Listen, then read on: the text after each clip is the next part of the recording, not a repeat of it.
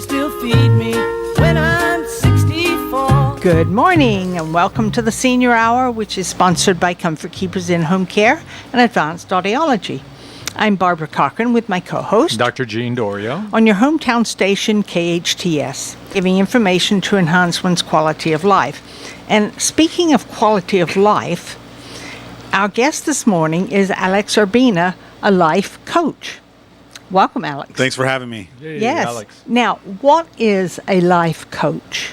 Can you explain that? Absolutely, I can. A life coach is a person that has committed their own life to helping other people create extraordinary results in their lives. And so my job is to help people get out of just average and ordinary living and step into extraordinary living. And so one of the things that I do really well is help people see new possibilities that they can't see for themselves. You got to remember that growing up, we have our own belief system that we're adding things to. And we live our life out of that belief system. And inside of that belief system, we have limiting beliefs, like I'm not smart enough, or I don't know if I can do that, or, we compare ourselves, we judge. We also have emotional baggage inside that belief system. We have fears, doubts, and all the other insecurities that limit us to a certain point in our life. So my job is to help you get in there and really rework some of those things such that you're able to have a broader perspective in life and you're able to create some extraordinary results for yourself. But has this become Freudian, Alex? Where a lot Some of it is, yeah. It comes from absolutely. the basis of sometimes family, sometimes parents, siblings, peer pressure, things like that. Absolutely. A lot of it there is some psychology components to it. However, I'm not a psychologist and I don't spend time trying to psychoanalyze your past and go down that road. What I'm attempting to do is keeping you in the present moment, making new commitments, and then holding you accountable to what are those commitments that you've made to yourself. But you have to also understand the person's background. That is correct. Because that does have a great bearing on where they are today. Especially when they're seniors. That and is they're true. 80 years old. That's a lot of background. That is true. Yeah, I do have to know some of your background such that it helps me coach you and helps you get around some of those limits that you've put on yourself, some of the self-restraints that you've created. That, by the way, those limiting beliefs and those constraints that you've created, they're not real. They're just beliefs that you think are real. And so when I can help you see. It's interesting being in psychoanalysis, and I really never had a father, because he was in the Navy, the Royal Navy. He was always gone during the war, and I never had that male influence in my life. And consequently, that caused me a lot of problems growing up. I was willing to go out with any guy, without really figuring out why. And it wasn't until I was going through hard times in my first marriage and losing a son that I really realized, wait a minute, I need to do something. I need to get my head on straight, so to speak. And that's what life is all about. Realizing what your background has done to cause you to think and feel the way you do now. If you are on a journey to better yourself, then that's what it's about. If you're not interested in bettering yourself, then it's not what life's about for you. So it depends. That's true. We all been given this beautiful gift called life, and then we're deciding, what do you want to do with it? Do you want to just, coast and get by, and is that okay with you? And it's okay for some people, and that's all right as well. However, there's a small group of people that are awakening to a new or higher level of consciousness where they're starting to say, no, I want to live an extraordinary life. I want my life to matter.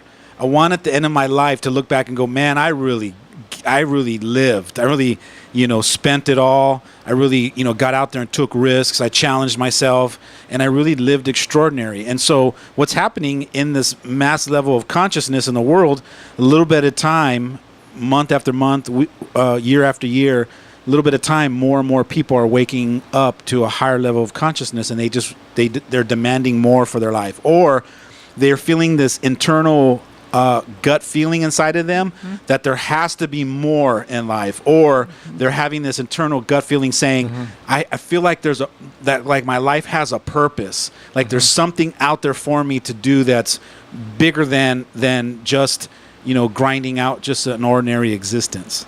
Right, on that journey to better oneself, though, psychologically, and bettering, in trying to achieve that, you can better your physical health and your mental health, and that's truly what we're looking for in our seniors, because they've come a long way, but some of them don't realize that they are still on that journey, and they are looking for direction on how to better themselves. But that isn't that, Alex, just a hard thing to find in people? Isn't that difficult to really achieve that? I mean, when you look at these seniors and you ask them, what direction are you heading?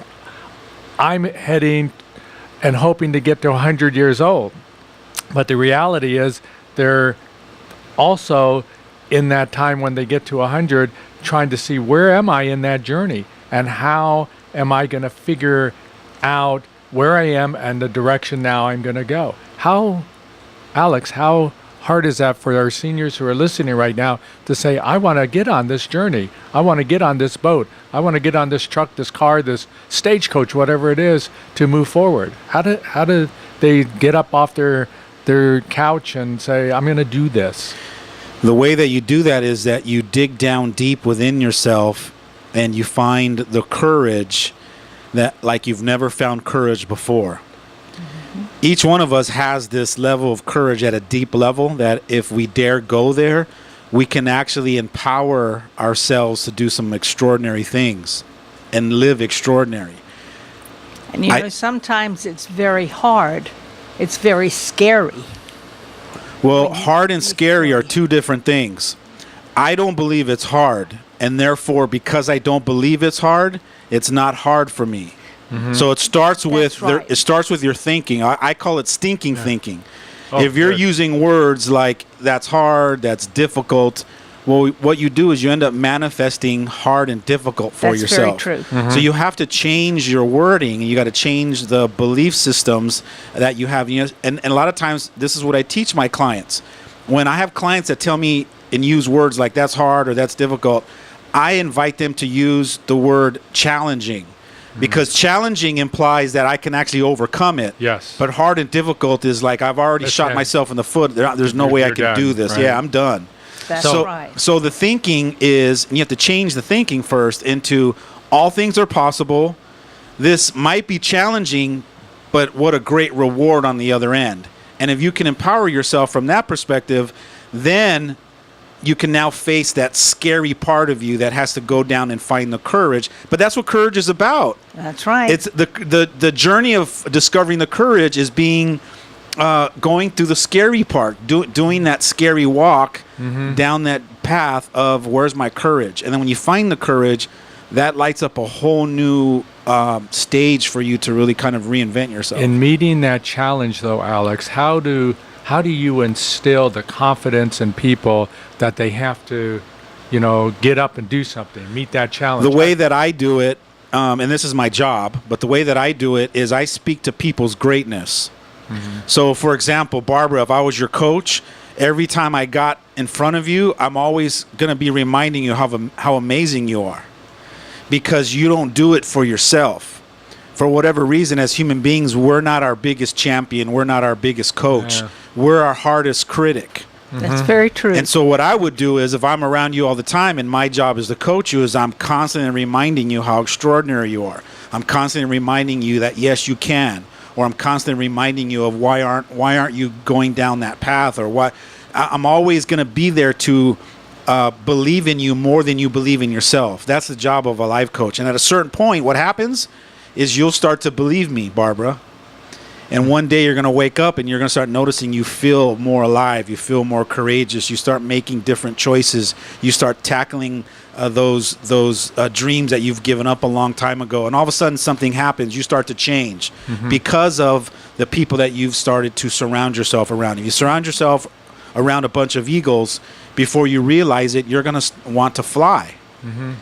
But if you start surrounding yourself around a bunch of chickens, then you're just going to resort to, pecking your food off the ground. So you got to decide, who do you surround yourself with in a daily basis? Are they empowering people, or are they, disempowering people? Are they positive? That's people? right. Positive. All of us surround ourselves with maybe plus and minus people, but of all the negative people around us, so often what I see, Alex, the most negative person is that person themselves, because they now don't realize that they might have the courage to bring themselves up. And some of them never find that. And I'm not certain why that is. But I think that when we have someone who says, yeah, you're doing well, you're fighting for the cause, you're doing the right thing. I mean, that makes a huge difference in how especially our seniors live. Well, I'll hearing tell the positive parts, and because when seniorhood hits us, Alex, I mean, lots of things start to happen, and you start losing confidence. You're getting older. You see the wrinkles and the gray hair, but you also feel it. You start to fall. You start to take more medicines. You start to have physical problems, and you say, hey, it's impacting me so much. I'm aging. I'm getting old. I might have to give up. That negativism in ourselves is what we have to overcome. That's right. And the way that you described getting old, to me, is scary. Because the way you describe that is it's like this old cow that's resigned to, all right, I'm just, retire me to the pasture. I'm done. And you don't have to be done. I know plenty of elderly people that are excited about waking up the next day to figure out how to reinvent themselves. I know plenty of people in their 40s or 50s that all of a sudden start to get gray hair, and they look in the mirror and they go, look how beautiful I am with this gray hair. So again, it goes back to the mindset. If you're developing a strong, powerful mindset every single day, all day long, you can't help not being feeling alive and feeling full of joy and happiness and excitement to keep creating extraordinary results for yourself. Right before I started talking, you mentioned something about, you don't know why we get stuck as seniors in that rut, right? Yeah. That pitfall, we'll call it. Yep. For me, I know the answer, or one of the answers to that question. And the answer, or one of the answers to that question, is because as human beings, we don't like to reach out for help. Correct. For whatever reason, asking for help somehow now is a symbol for most people as a sign of weakness. Yes. Or like I failed if I have to ask for help.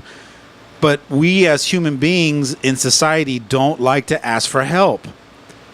And we have this stigma around help, rather than looking at the word help or reaching out for help is the greatest gift that you can give to yourself. Not only a great gift you can give to yourself, but a great gift you can give to others. When people ask me for help, I look at it as an opportunity for me I'm getting a gift. And a lot of people see, like, when they're asking me for help, like they're taking away from me. But I've transcended the word help, and help is not a negative thing to me anymore. To me, help is a grateful thing. It's an honor to either help somebody or to ask somebody to help me.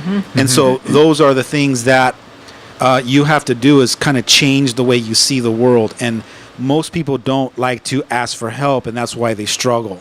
And what I've seen in our senior population, as we age, we lose confidence, but the seniors that I see the most fear in asking for help and not doing it are senior men.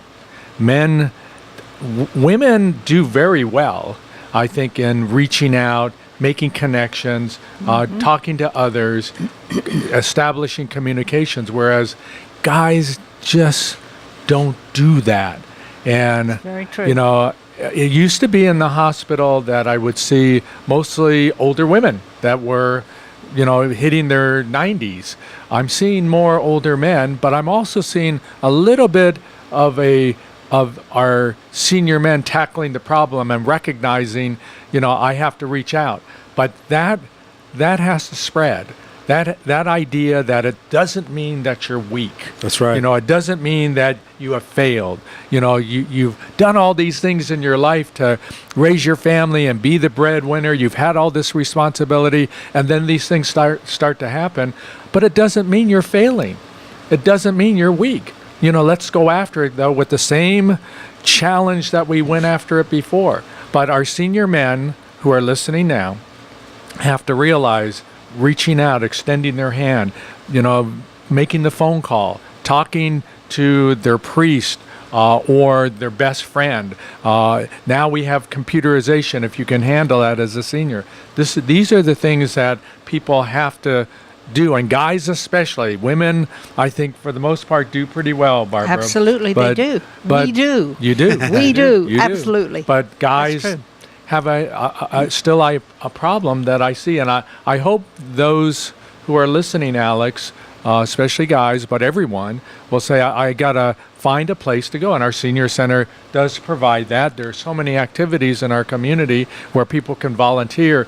And, you know, our seniors have such a wealth of great information and knowledge and experience. They should be extending that out there and not taking it, you know, to the end of their life. Well, I'm going to go a step further and say that you owe it to yourself to ask for help. You owe it to yourself to help the main person that you love the most, or you're supposed to love the most, and that's you.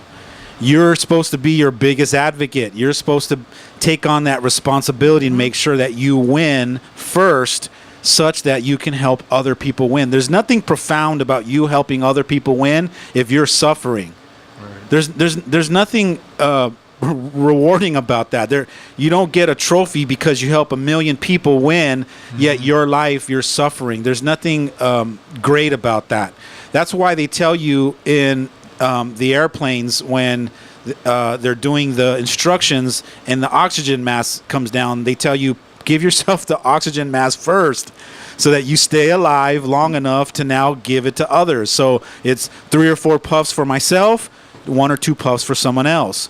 3 or 4 puffs for myself, 1 or 2 puffs for someone else. You have to be your biggest advocate. You got to take care of you before you can actually really take care of others. Well, you know, it's interesting.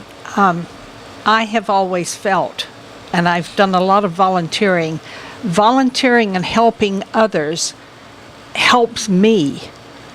It really does. When I see someone who I have been around and helped, I think, wow, what a good feeling that is. It is a great feeling. However, when you're helping other people, you're helping yourself indirectly. Yes, so it's I know that. it's like a spill off. It is. However, the main question is are you helping yourself directly? A lot of people don't realize that they don't help themselves directly.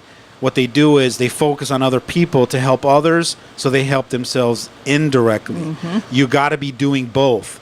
It's like if you're helping yourself directly, you're filling your own bucket up. If you're helping other people, then you're helping yourself indirectly. That means some of their splash off is spilling into your bucket. That's right. So you're filling your bucket both ways, but one of them you're filling it up faster and more fuller. The other way, you're kind of just putting little drops in the bucket. And they're both great. They're both great to do. However, a lot of people forget to directly fill their own bucket and decide that that they're important too, and that they got to start helping themselves. Even if they can't figure it out themselves, raise your hand and say, hey, I need help. And go find an advocate or a caretaker or, like you said, a friend or an advocate or somebody that can sit down and help you out the way that you need to be helped. Yes, I understand completely what you're saying, because I feel like I've been there. and I'm still there. And I plan to live a long time. I've lived a long time already, and I've learned so much in my years of living. And I feel like I have wonderful friends, and as you said, some of those people who I have felt have not been a friend, I've stayed away from. And it's a wonderful feeling. It really is. I'm very content where I am, and I will continue to be content. Well, when we come back, why don't we talk about content, and what that, there's a lot of cultures around the world, I think, and religions and things like that bring content to one's heart, but in our society, it's pretty hard to achieve that, and I think a life coach. Challenging. Yeah, challenging. I think it's a life coach which will bring that to them. I think it's a great conversation we're having with Alex Urbina on the Senior Hour on your hometown station, KHTS.